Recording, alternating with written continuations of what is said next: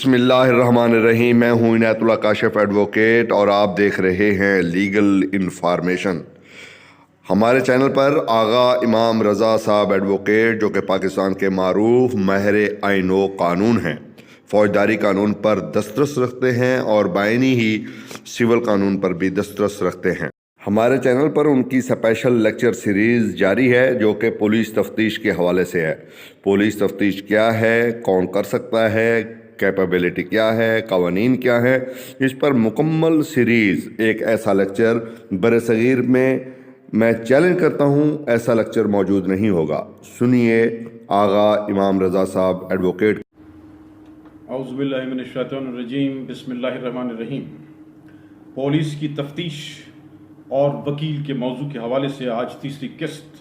پیش خدمت ہے۔ التماس ہے کہ میرے چینل کو آپ لوگ لائک کریں، سبسکرائب کریں، بیل آئیکن گھنٹی کے نشان کو دبانا نہ بھولیں۔ پچھلی قسط میں ہم پہنچے تھے ایف آئی آر کے اندراج کی دفعہ 154 جو قابل دست اندازی پولیس جرم سے متعلق ہے، اور آج جو ہے وہ آپ کی خدمت میں جو معروضات ہیں وہ مختلف ہوں گی۔ 155 جو ہے کرمنل پروسیڈنگ کوڈ کا جو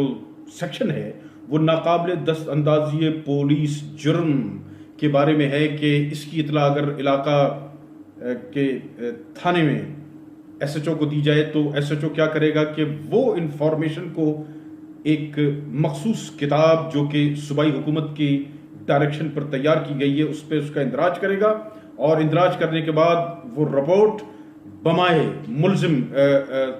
بمائے مستغیث مقدمہ جو ہے علاقہ مجسٹریٹ کو وہ پیش کر دے گا۔ یہ جو رجسٹر ہے، یہ جو کتاب ہے یہ رجسٹر نمبر 2 کے زمرے میں آتی ہے۔ جیسے کہ سابقہ اقساط میں بتا چکا ہوں کہ تھانے میں 25 اقسام کی جو ہے وہ رجسٹر ہائے موجود ہوتی ہیں، اور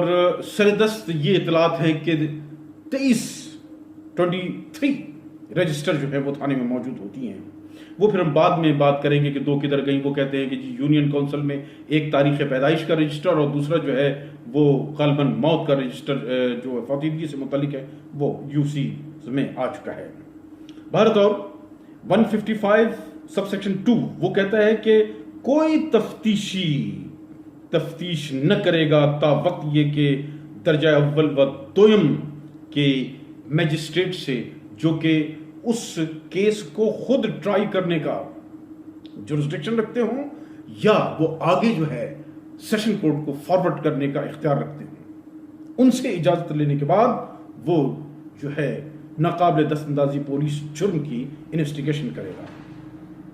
اس میں جو ہے سیکشن 190 سب سیکشن 2 کے تحت سب سیکشن 2 کا کلاس جو بی ہے اس میں جو ہے وہ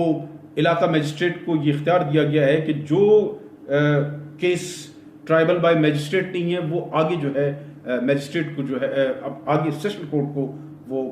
فارورڈ کر دیا جائے گا۔ اسی طرح 190 سیکشن 190 سب سیکشن 3 کے تحت بھی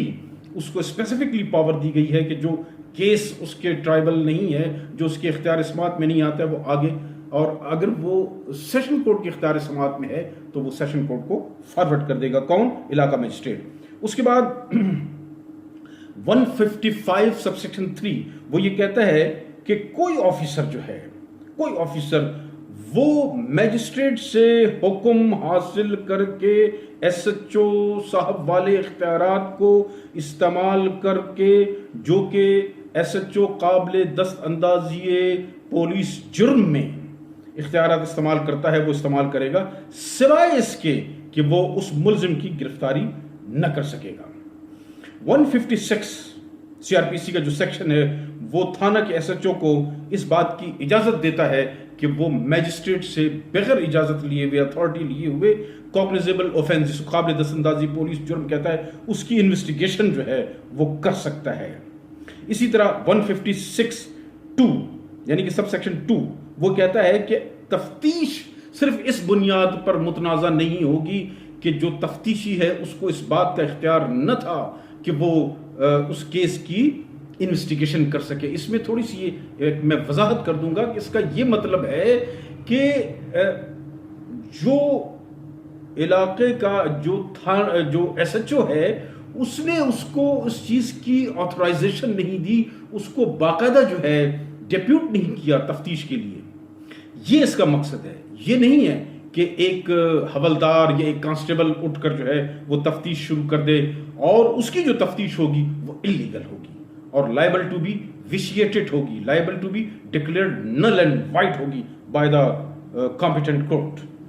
اسی طرح اس میں جو ہے وہ پروز اینڈ کونس جو ہے وہ سائٹیشنز موجود ہیں آنریبل سپیریئر کورٹس کی.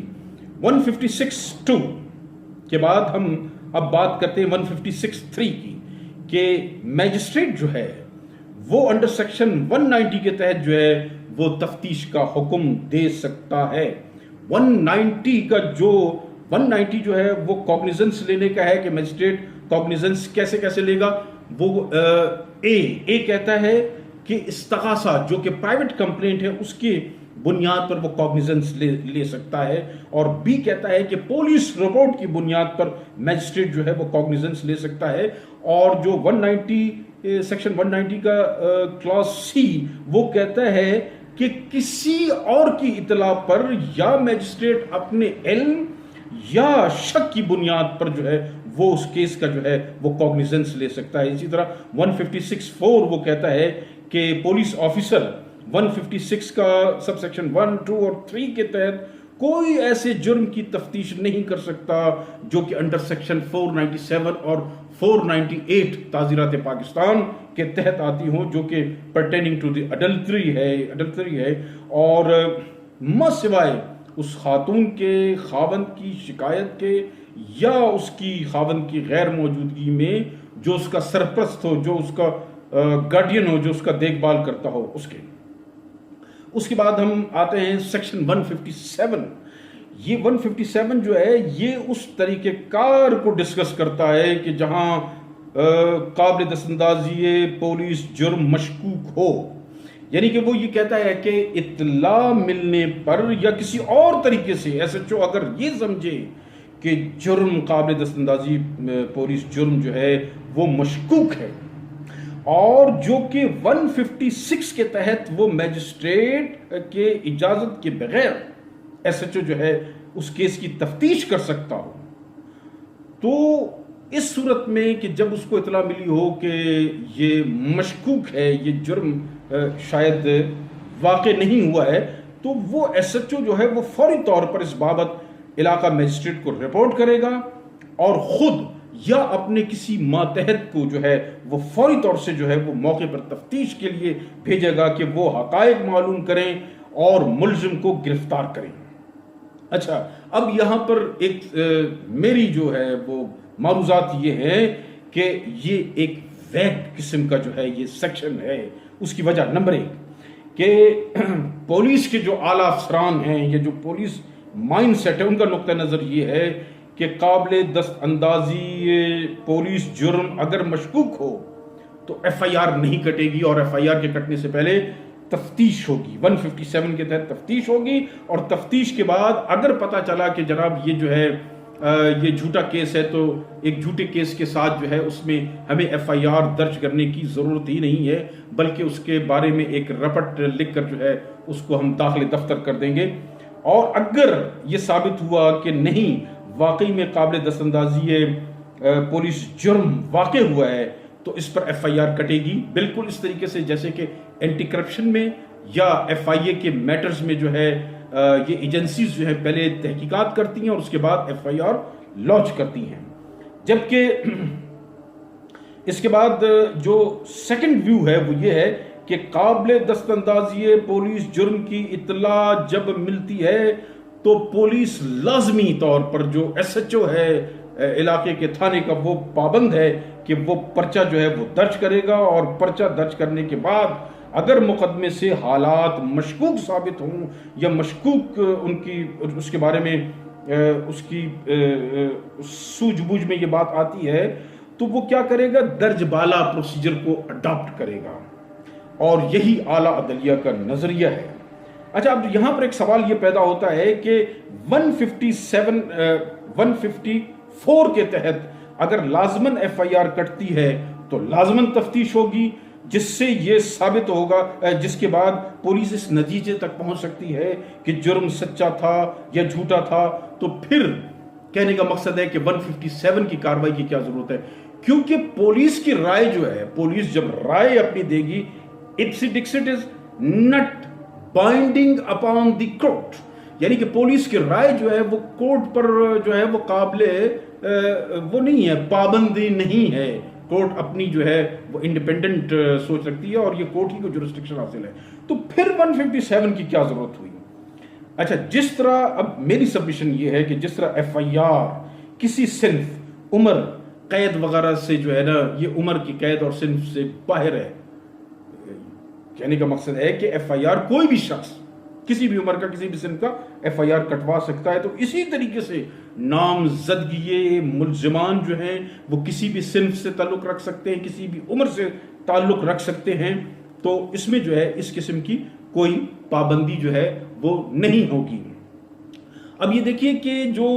پاکستان پینل کوڈ کے سیکشنز ہیں 82 اور 83 تعزیرات پاکستان کے، 82 یہ کہتا ہے کہ 7 سال سے کم عمر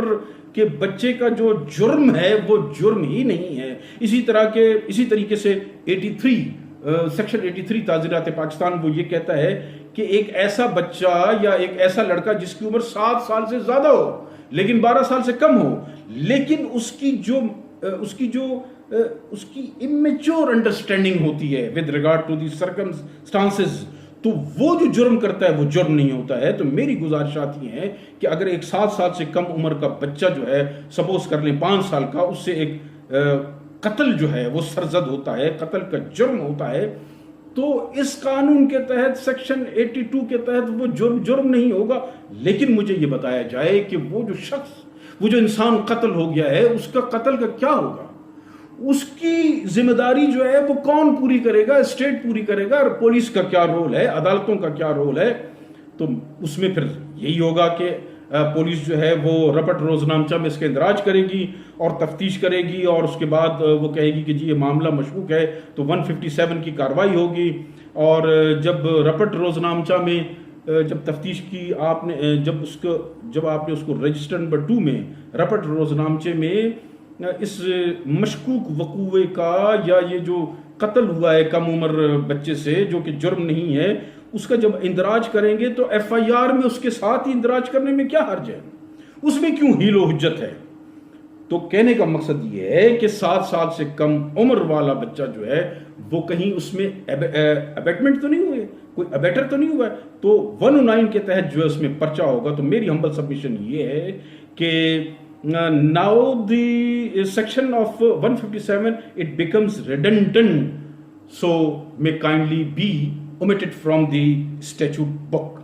تو اس کے ساتھ ہی آج کی جو میری معروضات ہے وہ یہیں پر ختم ہوتی ہے، اور انشاءاللہ اس کے بعد جو ہے قسط نمبر 4 میں ہم اسی سلسلے کو آگے بڑھائیں گے۔ تب تک کے لیے اللہ حافظ و ناصر۔